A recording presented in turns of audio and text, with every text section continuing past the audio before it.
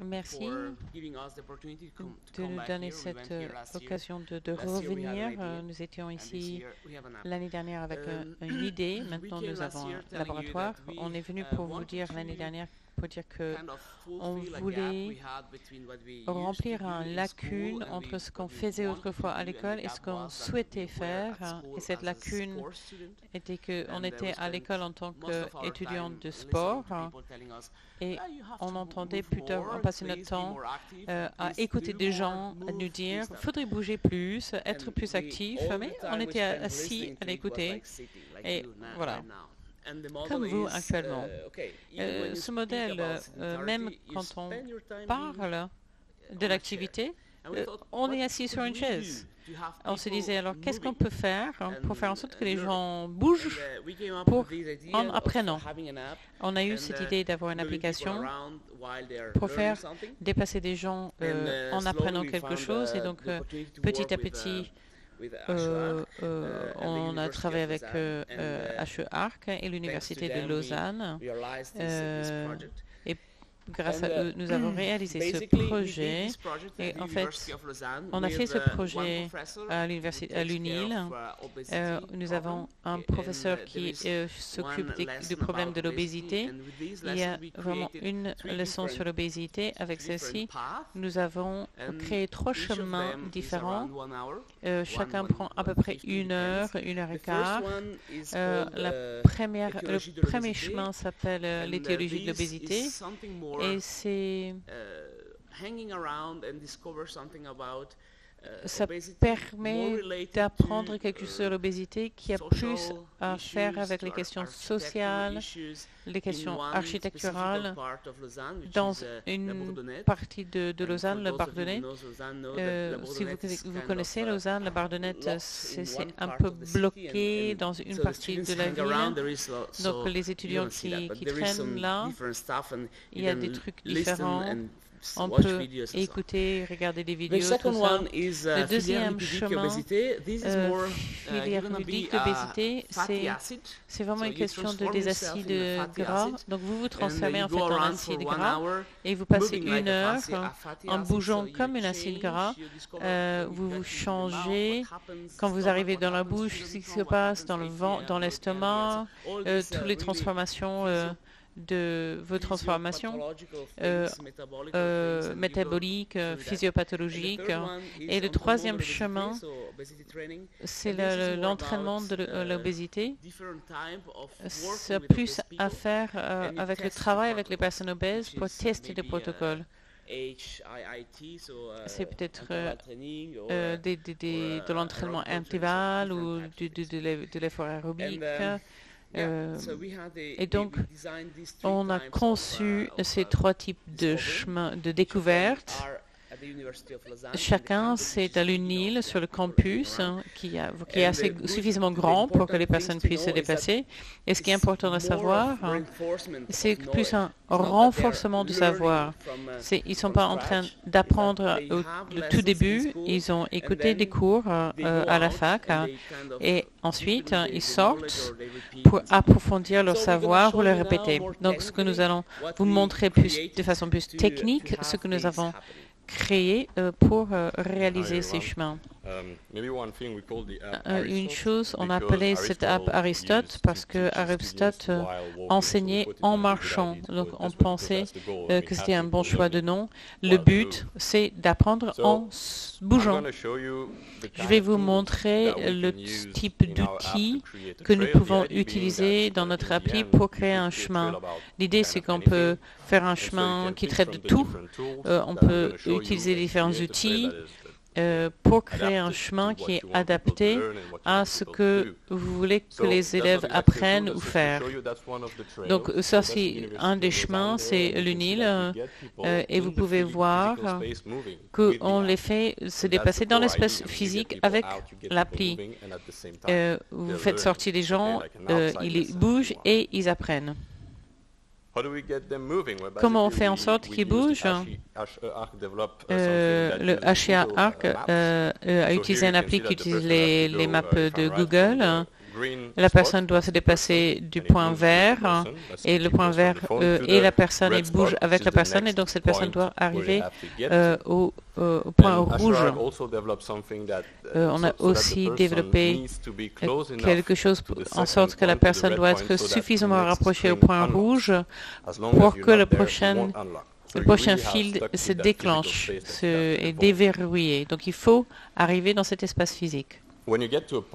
Quand on arrive à un poste, il y a plusieurs choses qu'on peut faire les gens, mais la première chose, c'était des interros, en fait, ça teste les gens sur ce qu'ils ont appris, parce qu'on leur donne du savoir, mais après on veut valider, mais c'est aussi un moyen de gamifier. Quand on essaie d'être la meilleure équipe, on veut avoir la bonne réponse, donc ici on a des questions assez difficiles pour les personnes qui n'ont pas le niveau, c'est un niveau maîtrise à la fac, mais ça peut s'adapter à des publics généraux, dans des musées, pour les découvertes des villes.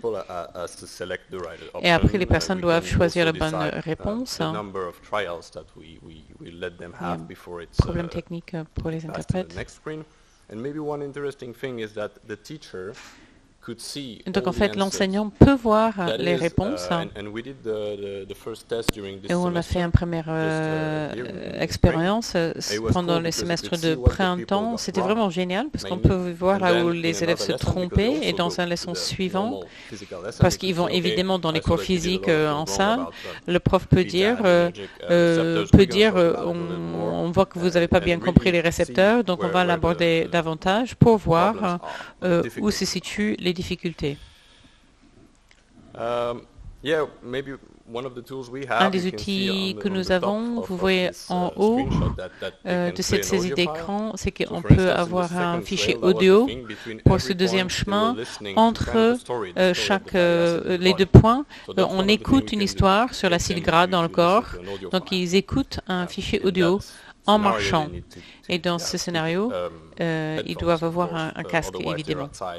Sinon, ils sont à l'extérieur et on ne peut pas vraiment écouter son téléphone. On voit en bas à gauche, il y a une petite image et un diagramme qu'ils peuvent voir. Et donc, on a développé un outil où on peut le toucher, ça s'agrandit, mais on peut, si on doit voir le plan parce qu'il faut arriver au prochain point, on clique dessus un deuxième point et ça rétrécit de nouveau. Voici donc un exemple de ce que nous pouvons faire pour leur donner du savoir. Il y a du texte tout petit, un diagramme, on peut avoir du gros texte, un gros diagramme, enfin tout est possible. C'est des contenus complexes. Mais on peut aussi raconter des arbres aux enfants. C'est pas nécessaire que ça soit complexe, mais voici quand même c'est un niveau maîtrise ici. Donc après on peut mélanger les éléments, on peut mélanger l'audio, le texte, les images, comme on le souhaite. Et en fait c'est aux enseignants de créer le chemin dont ils ont besoin. Un truc assez cool que HIR a développé, c'est l'image photographique. C'est l'idée dans le premier chemin, c'est qu'ils sont dans un environnement. Ils essaient de comprendre l'impact de cet environnement sur l'activité physique spontanée. Qu'est-ce qui encourage, qu'est-ce qui décourage. Et donc dans ce jeu, ils doivent suivre le chemin jaune pour faire le tour du pâté de maison. Ils doivent prendre des photos, trois choses qui encouragent, trois choses qui découragent l'activité physique. Ils ont développé un truc quand même assez cool où on clique sur le premier photographe. Votre téléphone ouvre la caméra, vous prenez une photo, on revient à cet écran-là. Après, si on veut prendre le sixième et on clique dessus, vous comprenez le processus. C'est quand même assez cool à encourager l'engagement des étudiants avec leur environnement physique et d'apprendre aussi en se faisant. Voici, quand quelqu'un remplit les photos, il peut passer à l'écran suivant.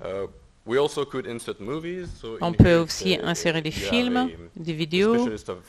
Voici un spécialiste de l'environnement qui parlent sur la vidéo. C'est aussi un moyen pour engager les gens, transmettre le savoir. Je pense que c'est assez cool quand même, parce que c'est en lien avec comment les étudiants consomment l'information actuellement. Ils écoutent des petits films avec des experts qui racontent leur expertise. Donc un aperçu rapide des éléments qu'on peut mettre en œuvre dans l'appli. Et puis c'est l'enseignant qui décide, ici une image, ici de l'audio, tout ça. On a essayé de rendre, pour qu'eux ils fassent le meilleur chemin possible. L'idée étant de faire bouger les gens, les faire sortir, expérimenter des choses. C'est une nouvelle approche, une autre approche de l'apprentissage qui est plus actif et interactif. On a fait des questionnaires tout le long de l'essai. Les étudiants étaient vraiment contents, les enseignants aussi. On doit analyser les données dans les semaines à venir, mais c'était vraiment une réussite, je pense. Peut-être Martino peut conclure pour dire où on va maintenant.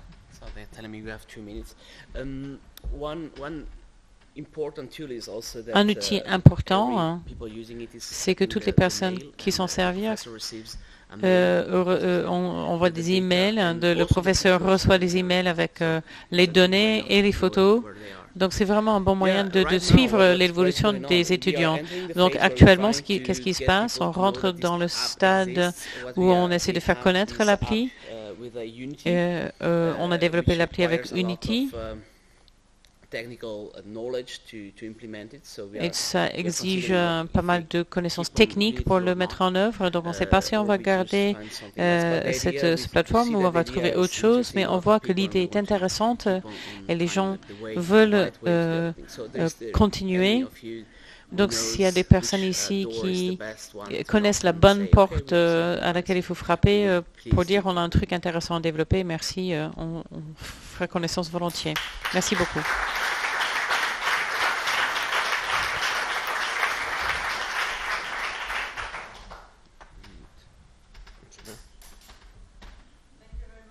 Merci beaucoup.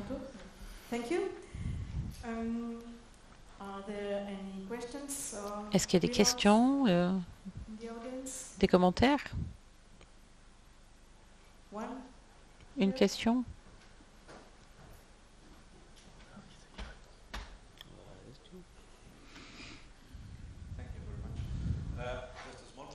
Une petite question. Est-ce qu'il y a un lien en le fait d'avoir une réponse fausse ou juste dans le jeu, dans la gamification de la réponse?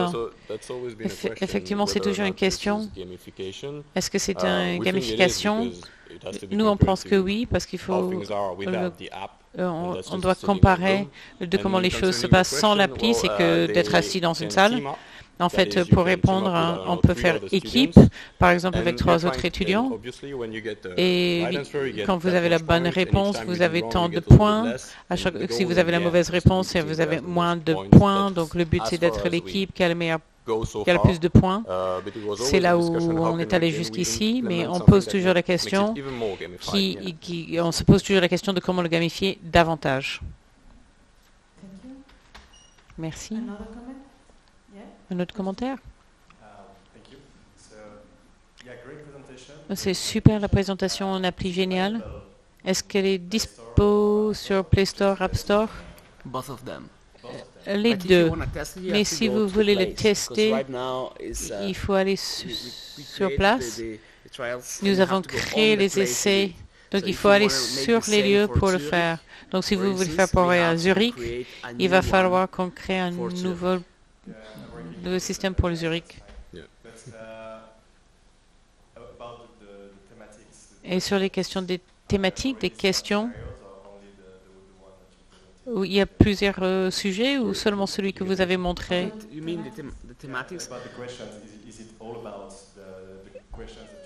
C'est les questions que vous avez présentées aujourd'hui ou il en existe d'autres?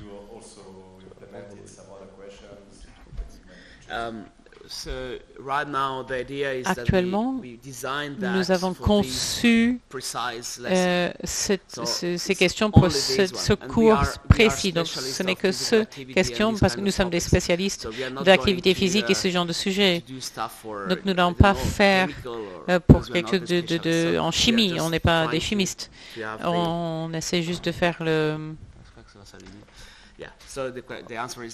Donc la réponse est non. Actuellement, ce n'est que ce cours.